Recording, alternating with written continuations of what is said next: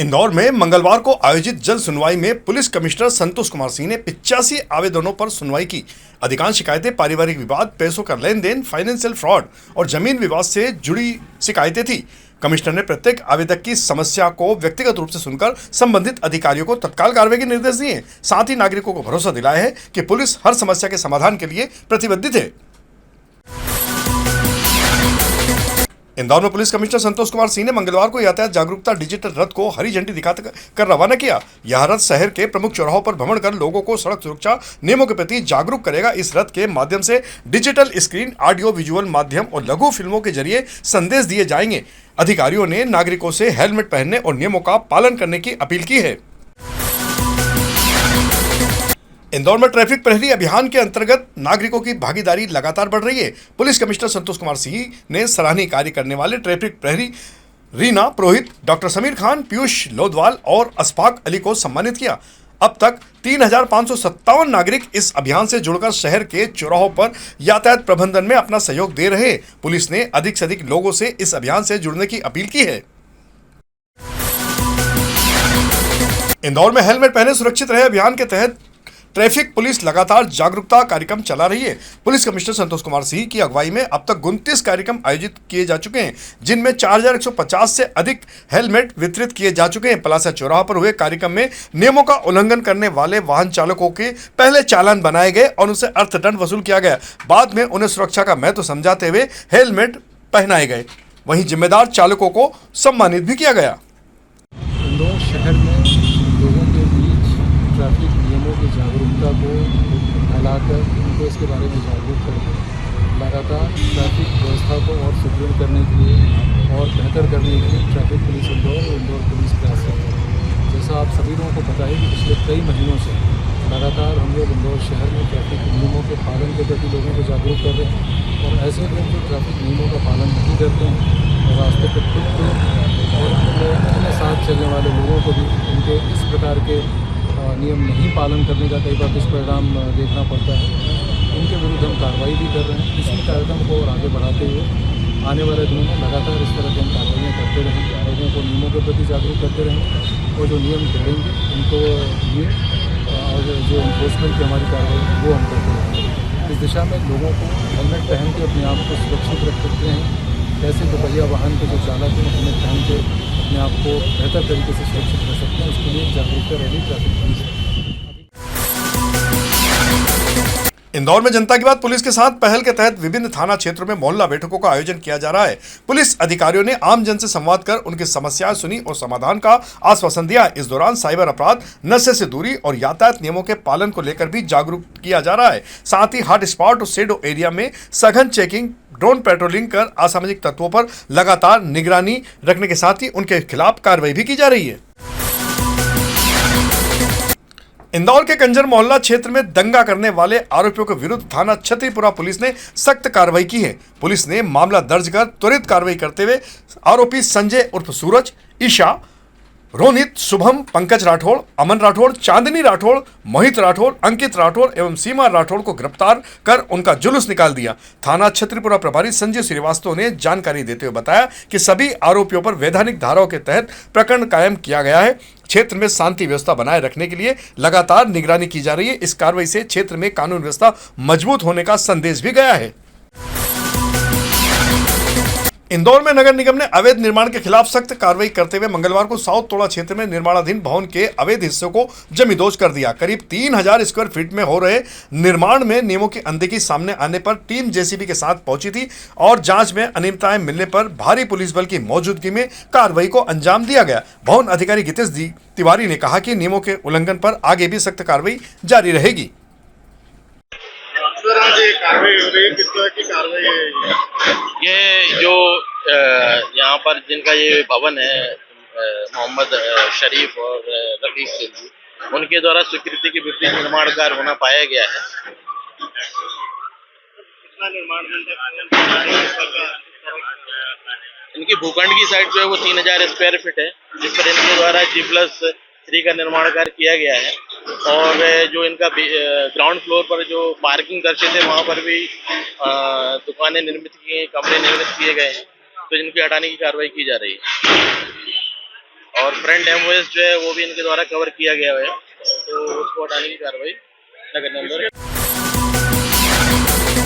इंदौर में आंगनवाड़ी कार्यकर्ताओं ने जनगणना ड्यूटी को लेकर विरोध जताते हुए प्रशासनिक संकुल पहुंचकर ज्ञापन भेंट किया है। कार्यकर्ताओं ने आरोप लगाया कि ड्यूटी तय समय उनकी व्यक्तिगत परिस्थितियों की अनदेखी की जा रही है, जिससे उन्हें दिक्कतों का सामना करना पड़ रहा है। महिलाओं ने बीमारी, दूरी और पारिवारिक जिम्मेदारियों का हवाला देते हुए राहत की मांग की है। प्रशासनिक अधिकारियों ने समस्याओं को सुनकर फिलहाल उचित कार्रवाई का भरोसा दिलाया है, लेकिन किसी तरह का वादा नहीं किया। देखिए, हम सभी लोग आज यहाँ पर जनगणना ड्यूटी को निरस्त कराने के उद्देश्य से आए थे कि हमें जनगणना की ड्यूटी नहीं करनी, क्योंकि इतनी भीषण गर्मी है, छोटे बच्चे वाली माँ भी है कार्यकर्ताएं और बीमारी वाली भी हैं, तो उसके लिए हमने अपना पक्ष रखा। चूंकि एडीएम सर ने कहा है कि यह एक राष्ट्रीय कार्यक्रम है, इसमें आप लोग एकदम मना नहीं कर सकते। हाँ, अगर आपकी शर्तें हैं तो उस पर हम ध्यान देंगे। तो हमारी पहली शर्त यही रही कि हमारे सर्वे क्षेत्र में हमें काम दिया जाए, जहाँ पर हम लोग आंगनवाड़ी लगाते हैं, चूंकि उसका सर्वे वैसे भी हमारे पास होता है, और अगर इस प्रकार का सर्वे हमें दिया जाता है तो उसे हम 100% कर पाएंगे। तो सबसे पहले हमें हमारा सर्वे क्षेत्र दिया जाए, जो छोटे बच्चे की माताएं हैं उन्हें इस ड्यूटी से हटा दिया जाए। साथ ही जो गंभीर बीमारी वाली हैं, किसी को इंसुलिन चल रहा है, शुगर है, किसी का हाई ब्लड प्रेशर है, तो उसको भी उन्होंने हटाने की मांग की है। देखिए, आंगनवाड़ी कार्यकर्ताओं ने ज्ञापन दिया है, वो जनगणना कार्य से मुक्ति चाहती हैं और उनके कुछ इश्यूज हैं, उनको उन्होंने एड्रेस किया है। चूंकि इसमें जनगणना एक अनिवार्य कार्य है, जैसे निर्वाचन है, जनगणना है, इनमें अनिवार्यता शासकीय कर्मचारी की भागीदारी सुनिश्चित की जाती है, ऐसा उनको अवगत कराया गया है। और उनकी जो भी समस्याएं स्थानीय लेवल पर निराकरण हो सकती है, उन समस्याओं का निराकरण हमारे द्वारा किया जा रहा है तत्काल। और चूंकि जनगणना सभी का एक विषय है, तो सभी विभाग इसमें भागीदारी सुनिश्चित करते हैं। इंदौर में कांग्रेस ने महिला आरक्षण के मुद्दे पर मानव श्रृंखला बनाकर विरोध प्रदर्शन किया है। शहर कांग्रेस कमेटी के नेतृत्व में हुए इस कार्यक्रम में बड़ी संख्या में कार्यकर्ता शामिल हुए। कांग्रेस कार्यकर्ताओं ने आरोप लगाया कि महिला आरक्षण विधेयक पारित होने के बावजूद इसे लागू करने में देरी की जा रही है। उन्होंने केंद्र सरकार पर राजनीतिक लाभ के लिए मुद्दे को टालने का आरोप भी लगाते हुए जनगणना अभियान को तेज करने की बात कही है। देश में भारतीय जनता पार्टी की सरकार, नरेंद्र मोदी जी की सरकार जिस तरीके से महिला आरक्षण को लेकर गुमराह कर रही है, जब 2023 में 544 सांसदों के लिए महिला आरक्षण जो लागू करने के लिए लागू किया गया था, जो कानून पास किया गया था, मगर भारतीय जनता पार्टी की सरकार, नरेंद्र मोदी जी की सरकार आम जनता को, देश की जनता को गुमराह कर रही है। आज उसी को लेकर इंदौर शहर कांग्रेस कमेटी और इंदौर शहर राजीव विकास केंद्र की महिलाओं और कांग्रेस जनों द्वारा जो 2023 में सन में जो महिला आरक्षण लागू किया गया था, उसको लागू करने की मांग को लेकर यह मानव श्रृंखला बनाई गई है। मैं देवेंद्र सिंह यादव, इंदौर शहर कांग्रेस कमेटी, कार्यवाहक अध्यक्ष इंदौर। इंदौर के वार्ड क्रमांक 65 में अतिक्रमण कार्रवाई के बाद विवाद और ज्यादा बढ़ गया है। दुकानदारों ने भाजपा पार्षद कमलेश कालरा पर अवैध वसूली के साथ साथ और भी तमाम गंभीर आरोप लगाते हुए जन सुनवाई में शिकायत दर्ज कराई है। व्यापारियों का कहना है कि पैसों की मांग पूरी न करने पर उनके खिलाफ कार्रवाई की गई। इस बीच पार्षद से जुड़ा एक कथित ऑडियो भी वायरल हो रहा है। हालांकि इसकी पुष्टि नहीं हुई है। नगर निगम अधिकारियों ने मामले की जांच कराने की बात कही है। गौरतलब रहे कि कमलेश कालरा पर अवैध वसूली या जबरदस्ती को लेकर इस तरह के आरोप कोई पहली बार नहीं लगे। इसके पहले भी अनेक बार उन पर इस तरह के आरोप लग चुके हैं। जाहिर है कहीं ना कहीं उनकी कार्यशैली में कोई बड़ा दोष है। ये किस सिलसिले में आप आए? नगर निगम में हम इसलिए आए थे कि हमारी जो दुकानें बनी हुई थी 30-35 सालों से, पार्षद द्वारा अवैध वसूली के लिए हमें धमकाया गया कि आप 10,000 रुपये महीना हमें दो, नहीं तो दुकान तोड़ दी जाएगी। निगम की पीली गाड़ियां भी आई, उन्होंने भी यही बोला आप जाके पार्षद से बात करो, नहीं तो दुकान तोड़ दी जाएगी। हमने पार्षद से बात करी कि हम इतने रुपए गरीब आदमी है, कहाँ से देंगे। तो उनका कहना ये था या तो 10,000 रुपये दो या तो दुकान टूटेगी। हमने 10,000 रुपये नहीं दे पाए तो उन्होंने हमारी दुकानें तोड़वा दी। कहाँ का मामला, कौन सा वार्ड है और आपकी दुकान? वार्ड 65, खाती वाला टैंक, महाकाल चौराहा मंदिर के पास में। कमलेश कालरा, उनकी ऑडियो भी है, ऑडियो भी कल भास्कर ने चलाई थी। अभी क्या बोले आपको अधिकारी? जांच का आश्वासन दिया है अधिकारियों ने। काय की दुकान क्या है?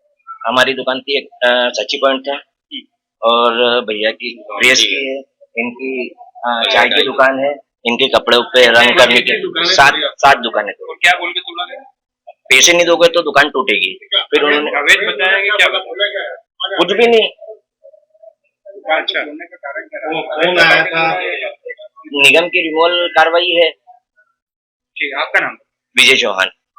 कलर की दुकान है, दुपट्टे कलर करते हैं, रोज के कमाते खाते हैं, गरीब हैं हम। क्या हुआ था? वो उन्हें बोल रहा है कि 10,000 रुपया देना तो दुकान तुम्हारी बच जाएगी। वो पार्षद ने बोले थे कि पूरी दुकानें तोड़ के ही चले गए कल। हाँ, बोल रहे थे कि मतलब वो दुकान अगर तुमको ना वो पैसे दो तो तुम्हारी दुकान बच जाएगी, नहीं तो तोड़वा दिया जाएगा। आपका नाम? ज्योति देवी। इंदौर नगर निगम द्वारा जलूद में तैयार 60 मेगावाट क्षमता का सोलर पावर प्लांट लोकार्पण के लिए पूरी तरह तैयार है। 29 अप्रैल को मुख्यमंत्री मोहन यादव मुख्य अतिथि में इसका शुभारंभ होगा। करीब 244 करोड़ रुपए की लागत से बने इस प्रोजेक्ट को ग्रीन बॉन्ड के जरिए फंड किया गया है। प्लांट शुरू होने से नगर निगम के बिजली खर्च में काफी कमी आएगी और स्वच्छ ऊर्जा को बढ़ावा मिलेगा, जिससे पर्यावरण संरक्षण में भी बड़ी मदद मिलेगी।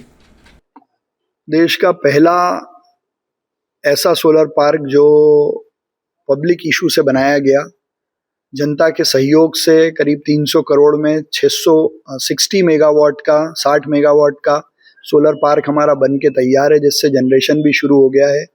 कल मध्य प्रदेश के यशस्वी मुख्यमंत्री डॉक्टर मोहन यादव जी उसका लोकार्पण करेंगे और एक ऐसा अनूठा काम है जो 5 करोड़ रुपया महीना बिजली का खर्च इस शहर का बचाएगा। जलूद से नर्मदा जी को लाने में हर महीने करीब 25 करोड़ रुपए हमारे बिजली का खर्चा होता है। उसको कम करने के लिए जो हमने प्रयास था ये पूरा हो गया है। तो मैं अपनी ओर से सबको बधाई देता हूं और आग्रह भी करता हूं कि इस कार्यक्रम में जरूर आएं।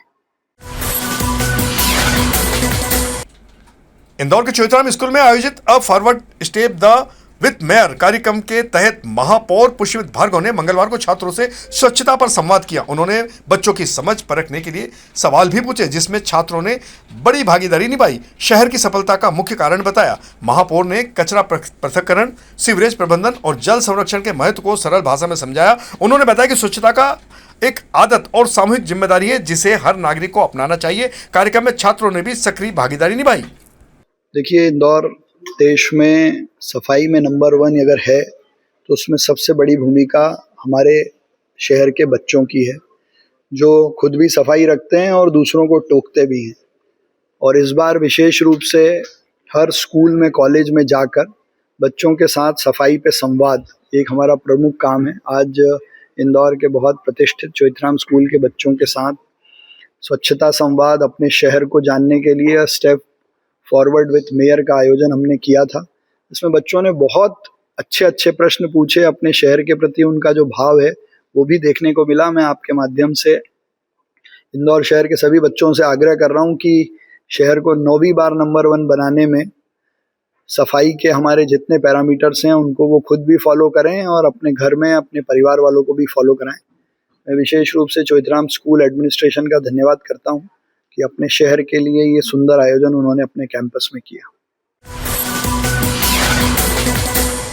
इंदौर कलेक्टर में आयोजित साप्ताहिक जनसुनवाई में मंगलवार को करीब 290 आवेदन प्राप्त हुए हैं। इनमें स्वास्थ्य सुविधाएं, आर्थिक सहायता, पेंशन और राशन से जुड़ी समस्याएं प्रमुख रही। कलेक्टर शिवम वर्मा ने आवेदकों की शिकायतें सुनते हुए कई मामलों में तत्काल कार्रवाई के निर्देश दिए। गंभीर मामलों को संबंधित विभागों को भेजा गया है। बुजुर्गों से जुड़े मामलों में विशेष प्राथमिकता देते हुए अधिकारियों को मध्यस्थता के जरिए समाधान सुनिश्चित करने के भी निर्देश दिए गए हैं। देखिए, जनसुनवाई में लगभग 290 आवेदन हमको प्राप्त हुए हैं। इसमें कई तरह के स्थापना संबंधी विषय हैं, आर्थिक सहायता के विषय हैं और इस तरह के विषय भी हैं कि जहाँ पर बुजुर्ग माता पिता को उनके बच्चों द्वारा मतलब ढंग से ठीक प्रकार से व्यवहार नहीं किया जा रहा है, ऐसी भी शिकायतें आई हैं। तो हम सभी शिकायतों का, कुछ राजस्व संबंधी शिकायत है, कुछ पुलिस संबंधी प्रकरण भी है, सभी को दर्ज किया गया है। आर्थिक सहायता या ऐसे विषय में तत्काल सहायता जिसमें दी जानी है वो दे रहे हैं। कुछ विषयों में जैसे जो पारिवारिक विवाद है उसमें हम मध्यस्थता के माध्यम से प्रयास कर रहे हैं कि एक शांतिपूर्वक एक समझौता निकल आए जिसमें परिवार के सभी लोगों के साथ व्याकरण हो। यदि वो नहीं होता है तो फिर हम लोग आगे जो नियमानुसार कार्रवाई होती है वो करते हैं और बाकी सभी प्रकरणों को दर्ज करके उनका नियमानुसार निराकरण किया जा रहा है। माननीय मुख्यमंत्री जी के स्पष्ट निर्देश हैं कि सभी आवेदनों का गुणवत्तापूर्ण समय सीमा में निराकरण हो, इसके लिए हम लोग प्रयास करते हैं। इंदौर में शिक्षा विभाग से जुड़े 2 करोड़ 87 लाख रुपए के गबन मामले में कलेक्टर शिवम वर्मा ने जिला शिक्षा अधिकारी को एमजी रोड थाने में एफआईआर दर्ज कराने के निर्देश जारी किए। जांच में सामने आया है कि राशि विभिन्न खातों में ट्रांसफर हुई और कई कर्मचारियों की भूमिका भी संदिग्ध है। रिपोर्ट में अधिकारियों के ओटीपी से ट्रांजैक्शन की पुष्टि के बावजूद अब तक कार्रवाई नहीं हुई है। एफआईआर के बाद मामले में और खुलासे की संभावना है। हालांकि यह मामला पिछले लंबे समय से इसी तरह चर्चा में है, लेकिन अब तक कोई ठोस नतीजे पर नहीं पहुंचा है। लेकिन अब उम्मीद है कि दोषी लोग जल्द ही सलाखों के पीछे होंगे। जी बिल्कुल, देखिए उसमें जो जांच करने के बाद जांच रिपोर्ट आई, उसके आधार पर जिन कर्मचारियों की प्रथम दृष्टया संलिप्तता पाई गई उनको सस्पेंड तो किया गया था और उनके खातों को फ्रीज भी किया गया था। जब इसका डिटेल रिपोर्ट आई है तो उन सभी जो इसमें इन्वॉल्व थे उनके हम लोग खिलाफ एफआईआर कर रहे हैं। कुछ इसमें अधिकारी हैं जिन पे विभागीय जांच संस्थित करने की भी इसमें समिति द्वारा इसमें सिफारिश की गई थी, तो उन पर डी की कार्रवाई कर रहे हैं और बाकी सभी लोगों पर एफआईआर भी कर रहे हैं। ऐसे सभी प्रकरणों पर सख्त कार्रवाई की जाएगी। इसमें जो कर्मचारी जिनको उन्होंने पूर्व में जिनके खाते फीस के जिनके द्वारा प्रथम दृष्टया राशि निकाली गई थी, उन सभी पे एफआईआर कर रहे हैं। इसमें जो बीओ थे उनके खिलाफ विभागीय जांच प्रारंभ की जाएगी। विभागीय जांच होने के बाद जो भी इसमें निष्कर्ष आएंगे उसके आधार पर आगामी दंडात्मक कार्रवाई की जाएगी।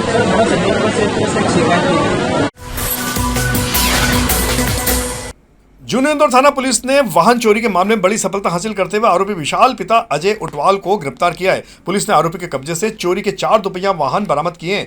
प्रारंभिक पूछताछ में आरोपी से अन्य वारदातों के संबंध में भी जानकारी मिलने की उम्मीद है। पुलिस अब उसके आपराधिक रिकॉर्ड की जांच कर रही है और गिरोह के अन्य सदस्यों की भी तलाश जारी है। इस मंगलवार को इंदौर पुलिस कमिश्नर संतोष कुमार सिंह ने उत्कृष्ट कार्य करने वाले 28 पुलिस कर्मचारी और अधिकारियों को अपने साप्ताहिक सम्मान समारोह कार्यक्रम के तहत सम्मानित किया है। पलासिया स्थित कार्यालय में आयोजित इस कार्यक्रम में प्रशस्ति पत्र और नगद पुरस्कार प्रदान किए गए।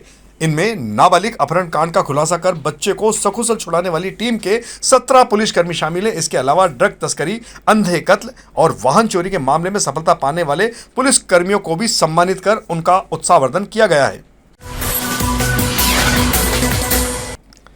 मेघालय में इंदौर निवासी राजा रघुवंशी हत्याकांड की मुख्य आरोपी पत्नी सोनम रघुवंशी को 11 महीने बाद आखिरकार जमानत मिल गई।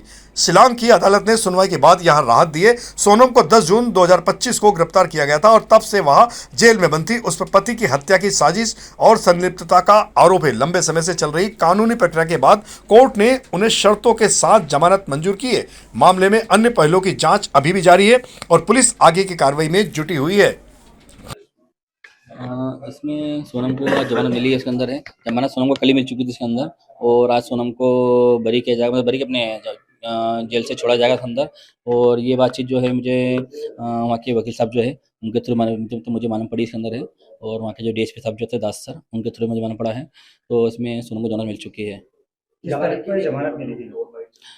जमानत किस आधार मिली है, मैंने वकील साहब से जो बातचीत करी जब हाल थोड़ी देर पहले, तो मुझे उनने कहा था तो सोनम को जमानत मिलने का कारण ये है। तो सोनम को जिस प्रकार से वहाँ पे गाजीपुर से उठाया गया जब गया था, तो पुलिस ने वहाँ पे इसमें ये चीज़ बताई नहीं है, तो सोनम को उठाया क्यों था वहाँ से।